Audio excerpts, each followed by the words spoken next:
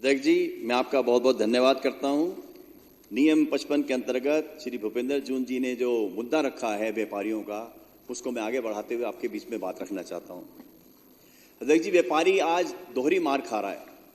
स्थिति ये हो गई है व्यापारियों की कि व्यापारी बेचारे ऑनलाइन ट्रेडिंग से परेशान हैं, क्योंकि उनकी दुकानों पर ग्राहक पैसे बहुत कम हो गए हैं। व्यापारी वर्ग ही है जो देश को चलाता है, व्यापारी वर्ग ही है जो जीडीपी को आगे बढ़ाता है, और व्यापारी वर्ग ही है जो बेरोजगारी कम करता है अपने यहाँ नौकरी देकर। लेकिन आज उनका विश्वास पुलिस से बिल्कुल उठ चुका है। स्थिति ये हो गई है कि जहां भी देखो फिरौती के लिए फोन आते हैं, प्राइवेट नंबर से कॉल आती है, और उसके बाद पुलिस के पास जब जाते थे तो पुलिस कुछ नहीं कर पाती। इसलिए उन लोग डर गए और घबराए हुए हैं। आज जो मैंने आज पढ़ा नव भारत टाइम्स, ये नव भारत टाइम्स ने अपने एक आर्टिकल में लिखा है, कारोबारियों को नहीं है पुलिस पर भरोसा, पुलिस पर उनका भरोसा बिल्कुल खत्म हो चुका है, और गैंगस्टर कर रहे हैं सीधा सेटलमेंट, क्योंकि उनको डर है कि अगर पुलिस के पास जाएंगे और पुलिस उनके लिए कुछ नहीं करेगी तो वो उनके ऊपर हत्या भी की जा सकती है। अभी हाल फिलहाल की एक घटना है दैनिक जागरण की। दैनिक जागरण ने एक फर्श बाजार है जहां बिहार कॉलोनी के रहने वाले प्रदीप जैन, जिनसे 10 करोड़ रुपए की फिरौती मांगी गई। उन्होंने पुलिस को इन्फॉर्म किया, लेकिन अभी तक कुछ नहीं हुआ। उनको डायरेक्ट धमकी दी गई कि आप अगर पैसा नहीं देंगे तो आपके पूरे परिवार को मार दिया जाएगा। अब अगले आदमी ने बाहर सेटलमेंट कुछ किया होगा, इसलिए आज वो बचा हुआ है। मैं अपने जनकपुरी की आपको बताता हूं। मेरे जनकपुरी में एक कारोबारी हैं, मुझे खबर मिली कि उनको किसी ने गोली मार दी। तो मैं जब उनको हॉस्पिटल देखने गया तो मैंने उनसे पूछा, वो बेचारे बेहोश थे, उनके साथ घर वाले थे। बोले इनके पास बहुत दिन से रंगदारी मांगी जा रही थी और उनके पेट में 2 गोलियां लगी हुई थी। तो मैंने कहा क्या हुआ फिर उसका? बोले कि हमने रंगदारी नहीं दी, हमने इन्फॉर्म दिया, पुलिस को किया, सब जगह किया, लेकिन कुछ नहीं हुआ। उन्होंने 2 क्रिमिनल आए और उसको खड़े हुए 2 पेट में गोली मार के चले गए। फिर उसको फोन करके कहते हैं हमने पेट में गोली मारी है, सिर में भी मार सकते थे। अगले आदमी ने कहा बाहर सेटलमेंट किया होगा, उनको फिरौती दी होगी, उसके बाद ही आज वो जिंदा है और घूम रहा है।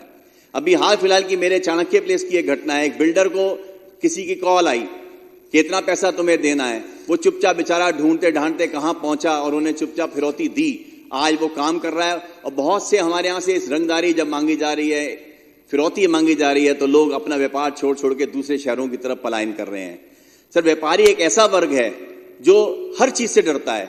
जीएसटी वाला आ जाए तो उससे भी डरता है, ग्राहक उससे तेजी से बोले तो वो डरता है, लेकिन वो ही इस देश को चलाता है। मेरी आपसे यही विनती है कि जो एलजी साहब इस समय कर रहे हैं, पुलिस की हालत जो इतनी बिगड़ी हुई है, उसको सुधारने के लिए आप कुछ यहां से कुछ प्रयास करें।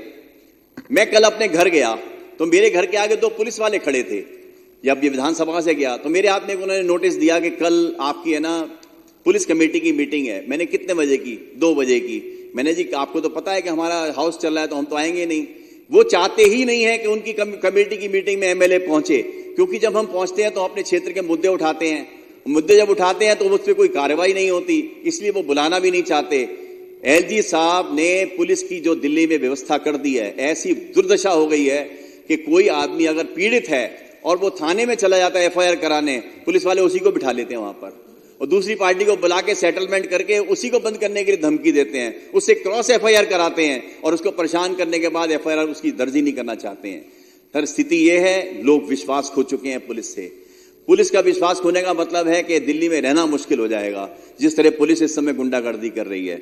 अभी जून साहब ने जो मुद्दा उठाया, मैं उसका पूरा समर्थन करता हूं, और मैं अनुरोध करता हूं कि विधानसभा इस पे कुछ ना कुछ संज्ञान ले, ताकि दिल्ली पुलिस को सुधारा जा सके। क्योंकि हमारे से पहले की सरकारों में दिल्ली पुलिस एमएलए के अंडर में आती थी, एमएलए वहां के जो भी थाने थे उसका चेयरमैन होता था, लेकिन आज जो चेयरमैन बना दिए गए हैं वो सांसद बना दिए गए, क्योंकि वो बीजेपी के हैं और वो लोग कोई काम नहीं करना चाहते, ना पुलिस से पूछना चाहते हैं। आज पुलिस ऐसी स्थिति में है कि व्यापारियों को लूटती है, उनके बीट इंचार्ज जगह जगह ठेलों से पैसे वसूलते हैं, जगह जगह रास्ते में गाड़ियां खड़ी कर देते हैं।